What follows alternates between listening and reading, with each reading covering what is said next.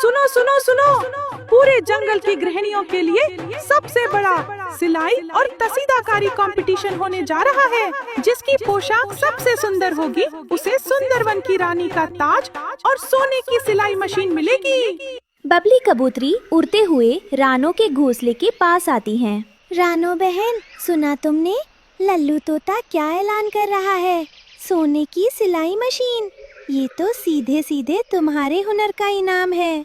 बबली बहन, इनाम तो अपनी जगह है, पर मुझे खुशी इस बात की है कि हम औरतों के हुनर को इतनी बड़ी पहचान मिल रही है। मैं इस कंपटीशन में जरूर भाग लूंगी।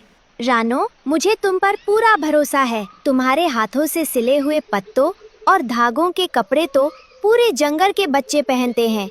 तुम जरूर जीतोगी। दूसरी तरफ अपनी हवेली में बैठी गोरी कौवी इस ऐलान को सुनकर जलन से लाल पीली हो रही थी। वो अपनी बहन सुंदरी कौवी के साथ रानो को हराने का प्लान बना रही थी। सुंदरी, देखा तुमने उस चिड़िया के तेवर? ऐलान सुनते ही उसकी सहेलियां ऐसे नाच रही हैं जैसे ताज उसी के सिर पर सजने वाला हो। मैं उस अदनी सी चिड़िया को ये कंपटीशन कभी जीतने नहीं दूंगी।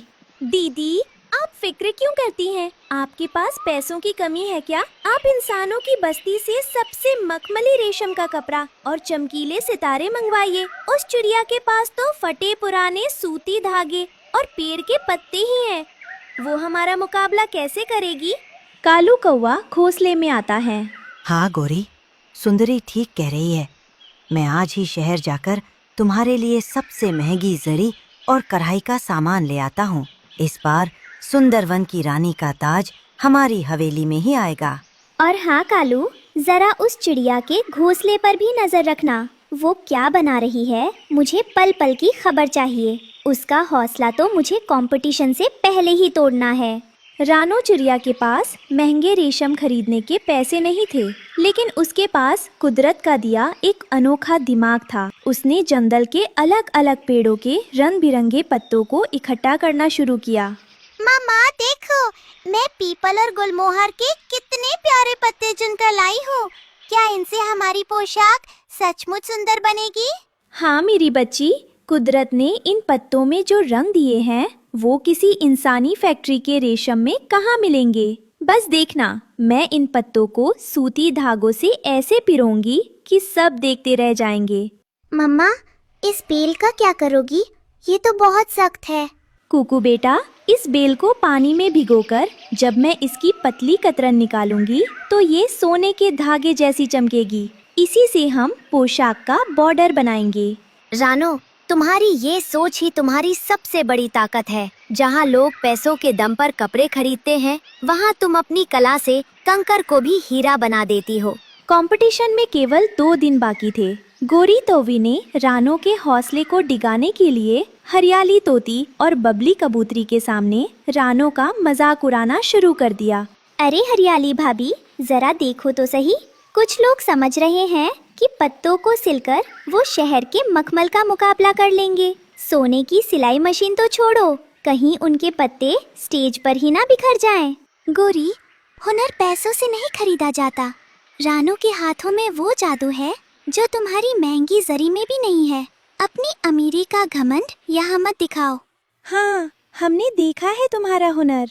तुम्हारी सिलाई तो 2 दिन में उधर जाती है।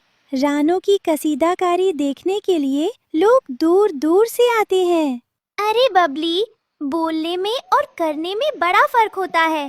परसों जब स्टेज पर मेरी दीदी की रेशमी साड़ी उतरेगी ना, तो तुम सब की आंखें फटी की फटी रह जाएंगी। चलो दीदी, इन गरीबों के मुंह क्या लगना। कंपटीशन से ठीक 1 रात पहले रानो की पोशाक लगभग तैयार हो चुकी थी। तभी कालू कौवा दबे पांव रानो के घोंसले की तरफ बढ़ा जब सब सो रहे थे। गोरी ने कहा है कि अगर रानो की पोशाक स्टेज तक पहुंच गई तो हमारी हार पक्की है। इसलिए आज रात इस पोशाक का ही काम तमाम करना पड़ेगा। कालू ने खिड़की से हाथ डालकर रानो की बनाई हुई पत्तों और धागों की सुंदर पोशाक को खींचा और उसे घोंसले के पीछे लगे कांटों की झाड़ी में फेंक दिया, जिससे उसके कई पत्ते फट गए। अब रोती रहना चिड़िया, सुबह जब अपनी इस फटी हुई पोशाक को देखोगी तो कंपटीशन में जाने लायक भी नहीं रहोगी। सुबह जब रानो जागी और उसने पोशाक को गायब पाया तो उसके होश उड़ गए। घोंसले के पीछे झाड़ियों में फटी हुई पोशाक देखकर टुन्नू और बच्चे रोने लगे। ये जरूर उसी कालू और गोरी का काम है। उन्होंने हमारी पूरी हफ्ते की मेहनत को एक पल में बर्बाद कर दिया। अब हम कंपटीशन में क्या लेकर जाएंगे? मम्मा, आपकी बनाई इतनी सुंदर ड्रेस फट गई। अब आपको सोने की सिलाई मशीन नहीं मिलेगी। नहीं टुन्नू, रोने से कुछ नहीं होगा। कंपटीशन दोपहर को है। अभी भी हमारे पास 4 घंटे है। अगर मेरी नीयत साफ है तो भगवान कोई ना कोई रास्ता जरूर दिखाएंगे। रानो बहन, ये क्या अनर्थ हो गया? हरियाली तोती और बुलबुल चिड़िया को भी साथ लाई हूँ। हम सब मिलकर तुम्हारी मदद करेंगे। हाँ रानो, तुम बस हमें बताओ कि क्या करना है। 4 औरतें जब मिलकर अपनी कसीदाकारी शुरू करेंगी तो फटे हुए पत्तों को भी नया रूप दे देंगी। दोपहर के वक्त सुंदरवन के बड़े मैदान में मंच सज चुका था। मुख्य जज के रूप में बूढ़े और ज्ञानी उल्लू बाबा बैठे थे। गोरी कौवी अपनी रेशमी और चमकीली पोशाक लेकर स्टेज पर उतरी। अरे बाबा, अब स्टेज पर आ रही हैं हमारी जमींदार खानदान की गोरी कौवी। देखिए, इनके कपड़े पर शहर का असली मखमल और सोने के सितारे चमक रहे हैं। रानो चिड़िया तो अब तक अपने घोंसले में बैठकर आंसू बहा रही होगी। ये ताज अब मेरा ही है। गोरी, कपड़ा यकीनन कीमती है, लेकिन कसीदाकारी में तुम्हारी अपनी मेहनत कम और शहर के कारीगरों की कला ज्यादा दिख रही है। खैर, अगली प्रतियोगी कौन है? अगली प्रतियोगी है रानो चिड़िया, लेकिन उनके घोंसले में तो सुबह कुछ हादसा। अरे देखिए, रानो चिड़िया स्टेज पर आ रही हैं। जब रानो चिड़िया स्टेज पर आई तो पूरा मैदान तालियों से गूंज उठा। रानो ने फटे हुए पत्तों को हटाने के बजाय उन फटे हुए हिस्सों पर सूती धागों से बेहद खूबसूरत गुलाब के फूलों की कढ़ाई कर दी थी। वाह रानो बहन, तुमने तो कमाल कर दिया। फटे हुए पत्तों को तुमने ऐसा रूप दिया कि वो डिजाइन बन गए। देखा बबली बहन, इसे कहते हैं असली हुनर। गोरी की साड़ी के सितारे इस प्राकृतिक पोशाक के सामने एकदम फीके लग रहे हैं। अद्भुत रानो, तुमने सूखे पत्तों और फटे हुए कोनों को जिस तरह रंग बिरंगे धागों से छुपाकर फूलों का आकार दिया है, वह सिलाई के इतिहास में एक मिसाल है। यह पोशाक पूरी तरह जीवंत लग रही है। सुंदरी, ये कैसे हो गया? कालू ने तो कहा था कि उसने पोशाक को पूरी तरह फाड़ दिया है। ये चिड़िया मिट्टी से भी सोना कैसे बना लेती है?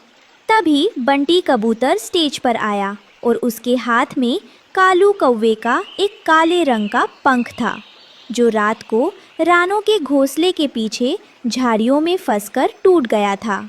उल्लू बाबा, न्याय कीजिए। रात के अंधेरे में रानो चिड़िया की इस सुंदर पोशाक को फाड़ने की कोशिश की गई थी और ये पंख उसी चोर का है जो रानो के घोंसले के पीछे मिला।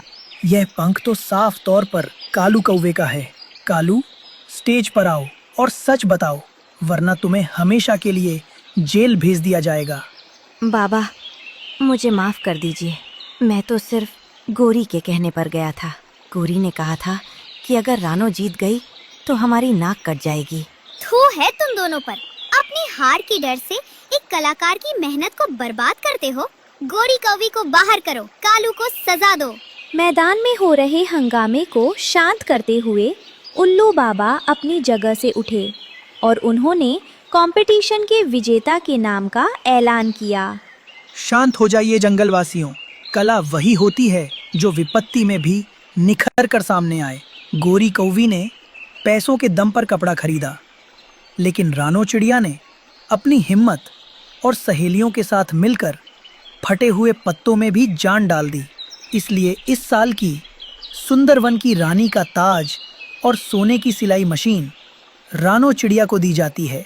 धन्यवाद उल्लू बाबा, धन्यवाद पूरे जंगल का। ये जीत सिर्फ मेरी नहीं है, ये जीत बबली बहन, हरियाली भाभी और बुलबुल की है, जिन्होंने सुबह मेरा हौसला टूटने नहीं दिया। सुंदरी चलो यहाँ से। आज रानो ने न सिर्फ कंपटीशन जीता बल्कि हमारे घमंड को भी चकनाचूर कर दिया। शाम को रानो के घोंसले के बाहर जश्न का माहौल था। सोने की चमचमाती सिलाई मशीन मेज पर रखी थी और बच्चे खुशी से चहक रहे थे। रानो, आज तुमने पूरे जंगल की औरतों को सिखा दिया कि अगर दिल में ईमानदारी और हाथों में हुनर हो तो किसी की भी साजिश आपका रास्ता नहीं रोक सकती। हाँ टूनू, और सबसे बड़ी बात ये कि जब मुसीबत आती है तो एक औरत की असली ताकत उसकी सहेलियाँ और उसका परिवार होते हैं। अब इस मशीन से मैं जंगल की हर गरीब चिड़िया को सिलाई सिखाऊंगी ताकि कोई उन्हें कमजोर ना समझ सके। हमारी मम्मा सुंदरवन की रानी है। हमारी मम्मा सबसे प्यारी है। उस दिन के बाद से रानो चिड़िया की कसीदाकारी की धूम दूर दूर के जंगलों तक फैल गई और गोरी कौवी ने हमेशा के लिए दूसरों के काम में अड़ंगा लगाना छोड़ दिया। अब्दुल, काव्या, स्नेहा, गुरनाज कौर गिल, हरविंदर सिंह, कुमकुम,